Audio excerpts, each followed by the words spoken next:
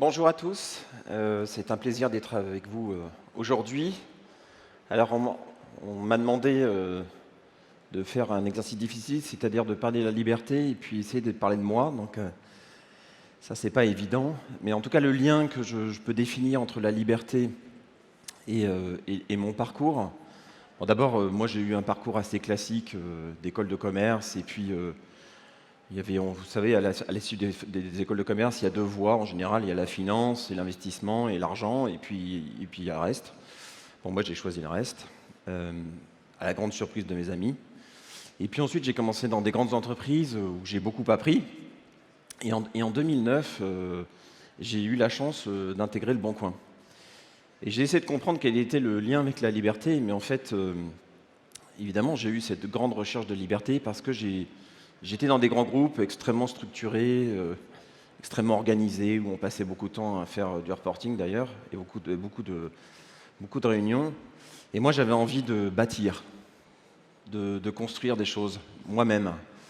Ah ben, j'ai pas été déçu, puisque ma première matinée au sein du Bon Coin a été partagée entre acheter mon ordinateur et du papier pour les toilettes. Ça, c'est sûr que là, la liberté, ben, j'ai pu l'exprimer complètement. Mais aussi, je me suis demandé pourquoi j'avais rejoint ce concept. Pourquoi le lien entre mon envie d'entreprendre et le Bon Coin. Bon, d'abord, la première chose, c'est pourquoi avoir rejoint à l'époque, il s'est beaucoup amélioré, et pourquoi à l'époque, il était considéré comme le site le plus moche de France. Et donc je l'ai rejoint contre l'avis de tous en disant mais pourquoi tu vas rejoindre ce concept. Je leur ai dit, bah, écoutez, moi je trouve qu'il a quelques qualités. La première chose, c'est qu'il fait quelque chose d'important pour les gens, pour les Français, pour les particuliers notamment. Il permet à chacun de réaliser ses projets. Pourquoi? Parce qu'il permet de développer du pouvoir d'achat. Et moi je me suis retrouvé parce qu'il y a une espèce d'envie d'utilité qui est de dire, bah oui, chaque jour, je permets à chacun de vivre un peu mieux.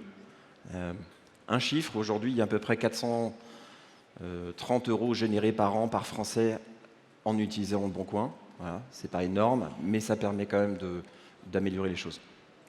Voilà, donc la première chose, c'est le pouvoir d'achat. Et puis aussi, une deuxième liberté qui est de dire, on parle depuis longtemps de cette fameuse transition écologique, de mieux consommer, etc. C'est une réalité, hein. Les Français, ça fait des dizaines d'années qu'ils se sont silencieusement convertis au mieux consommer. Les outils numériques comme le Bon Coin ont permis de faire ça depuis une quinzaine d'années, de pouvoir prendre sa vie en main, donner une seconde vie aux objets. Voilà. Et donc quand j'ai rejoint l'aventure en 2009, c'est ça qui m'a motivé, avec un concept très différent de ce qui existait à l'époque dans la vente entre particuliers, puisque la vente entre particuliers, à l'avant, c'était plutôt des ventes aux enchères. Et là, on rejoint un site qui dit, bah, tiens, qu'est-ce que tes voisins, qu'est-ce que tes amis autour de toi vendent? Et donc la vraie séduction entre ce concept et mon parcours, ça a été cette espèce de coup de foudre qui est de dire, bah oui, je vais adjoindre l'utilité, le bien-être écologique, mais aussi, moi, mon envie d'entreprendre. Alors moi, je rejoins cette aventure pour construire une entreprise qui me semble être différente des autres, à plusieurs niveaux. La première, c'est nous avons aujourd'hui 1400 collaborateurs, et dans les valeurs que nous avons instituées, il y a la créativité. Et la créativité, c'est donner à chacun, dans l'entreprise, la possibilité de venir d'abord comme il est, aucun jugement de qui il est, comment il s'habille, d'où il vient, aucun. Nous, on est intéressé par ses compétences. Et aussi, quelle est la part de lui-même qu'il va mettre dans l'entreprise. Voilà. Donc une première liberté, c'est de choisir ses collaborateurs pour qu'ils puissent bâtir les fondations de la maison du Bon Coin. Ensuite, il y a nos clients et nos marchés, et ce que fait l'entreprise, le Bon Coin, dans la société. Et je vais vous donner quelques exemples. La participation du Bon Coin dans les territoires, par exemple. Voilà, nous accompagnons des programmes de réimplantation, de réactivation de commerce dans les centres-villes. Voilà.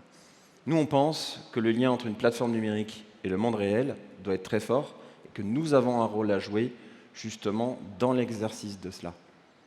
Voilà. Donc une des valeurs, la créativité. Les autres valeurs du Bon Coin sont bâties autour de l'entrepreneuriat, qui est la liberté d'entreprendre, de prendre des risques, de perdre des batailles, d'en gagner, de mettre des moyens là où on pense que c'est utile. Voilà. Donc dans le management que j'ai mis en place, et puis qui, vous savez, en général, il ne faut pas personnaliser les aventures. Hein. Les aventures d'une entreprise comme Le Bon Coin, c'est 1400 collaborateurs, ça vous échappe. En tout cas, nous, ce qu'on essaye de faire, c'est d'essayer de donner à chacun la possibilité d'apporter une nouveauté, une disruption, un changement de code sur les marchés. Puisqu'au final, l'histoire des entreprises, c'est des histoires de disruption, de changement de code. C'est d'exercer des libertés sur des concurrents qui n'ont pas très envie que vous exerciez votre liberté. Voilà. Donc l'histoire que je vous ai racontée aujourd'hui, c'est l'histoire d'une liberté collective, d'une aventure collective, d'une envie de faire avancer les choses. Moi, quand j'ai rejoint le groupe Le Bon Coin, on était 5, mais je ne me suis jamais dit qu'il y avait des limites à son développement. Voilà, je vous remercie beaucoup.